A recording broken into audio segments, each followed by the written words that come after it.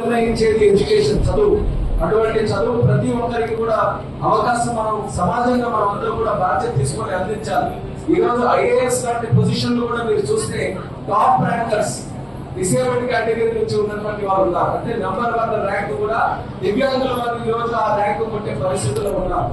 వాళ్ళకి కావాల్సినటువంటి ప్లాట్ఫామ్ ఇవ్వాలి, వాళ్ళకి సరి సమానమైనటువంటి అవకాశాలు మనం కల్పించాలి. అది అందించగలిగితే వాళ్ళలో అదనంగా ఉండేటటువంటి క్వాలిటీస్, వాళ్ళకు కూడా తెలియనటువంటి క్వాలిటీస్ ద్వారా వాళ్ళు కూడా ముందుకు వెళ్లే అవకాశం.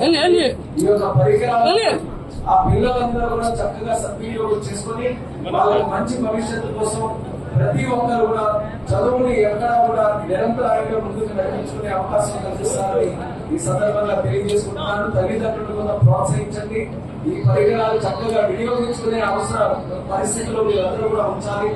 ఈ రోజు తీసుకున్నాం ఏదో 2 రోజులు 3 రోజులు వాడమని కాకుండా పూర్తిగా మీరు కూడా ఎంత ప్రాధాన్యతతో ఈ కార్యక్రమం చేస్తున్నామో పిల్లలకి అలా అందించి ఆ పరికరాలు ఉపయోగంలో తీసుకొని రావడానికి తల్లిదండ్రులు తాలూకా పాత్ర ముఖ్యమైనటువంటిది కాబట్టి వాళ్ళు కూడా సహకరించాలని కోరుతున్నాను. ప్రభుత్వం ద్వారా ఇప్పుడే చెప్పారు కలెక్టర్ గారు, భవితా సెంటర్స్ కూడా చిల్డ్రన్ విత్ స్పెషల్ నీడ్స్ కి మనం చేశాం. సుమారు 30 ఉన్నాయి.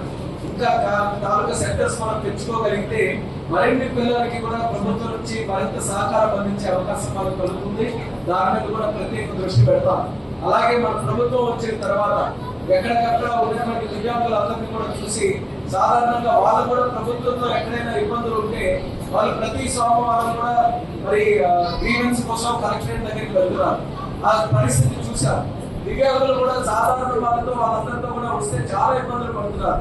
గంటలో ఉండడం కానీ, లైన్ లో రోజంతా వెయిట్ చేయడం కానీ ఇలా ఇబ్బంది పడుతూ వాళ్ళు రావాలంటే మళ్ళీ వాళ్ళకి తోడుగా ఎవరో రావాలి, దూర ప్రాంతం నుంచి రావాలంటే ఖర్చు పెట్టి మరి రావాలి, పని అవుతుందో లేదో తెలియనటువంటి అయోమయ పరిస్థితిలో ఉంటే ప్రత్యేకంగా ఒక ప్రోగ్రామ్ వాళ్ళ కోసం పెట్టి ప్రతి 3వ శుక్రవారం, ప్రతి నెలలో 3వ శుక్రవారం ఒక గ్రీవెన్స్ కలెక్టరేట్ లో ఏర్పాటు చేసాం. కేవలం దివ్యాంగుల కోసం ఏర్పాటు చేశాం.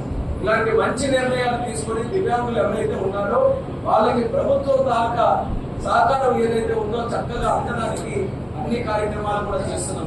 2 సార్లు అలింకో ప్రోత్సహిస్తే 2 సార్లు డిస్ట్రిబ్యూషన్ ప్రోగ్రామ్ కూడా పెట్టాం.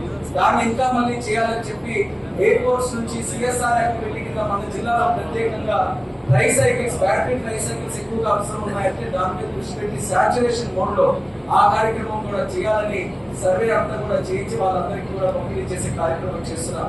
ఒక పక్కన కార్యక్రమాలు చేస్తూ పిల్లల స్థాయిలోనే వాళ్ళందరికీ కూడా చదువుకోవడానికి ఇలాంటి పరికరాలు కానీ మనం వినియోగించుకోగలిగితే వాళ్ళకు ఒక ఉజ్వలమైనటువంటి భవిష్యత్తు ఇచ్చిన వాళ్ళు అవుతాం. కాబట్టి